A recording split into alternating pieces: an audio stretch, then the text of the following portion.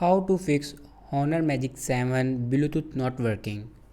So let's start the video. First of all, open settings. In settings you can see the option Bluetooth. Now click on it and first of all turn on and off Bluetooth 2 to 3 times. After that go back to your home screen and restart your phone. For start your phone, press and hold power button.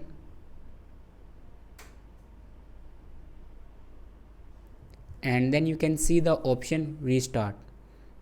After restart your phone, then turn off power saving mode. Open settings.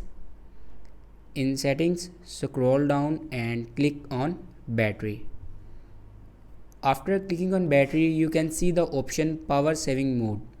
Now here you can turn off your power saving mode.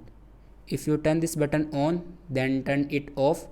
After that, go back and scroll down in last and click on system and updates. In system and updates, you can see the option reset. Now click on it and from here you can reset your network settings. Then reset your network settings. After reset your network settings, it will fix your problem. Thanks for watching this video.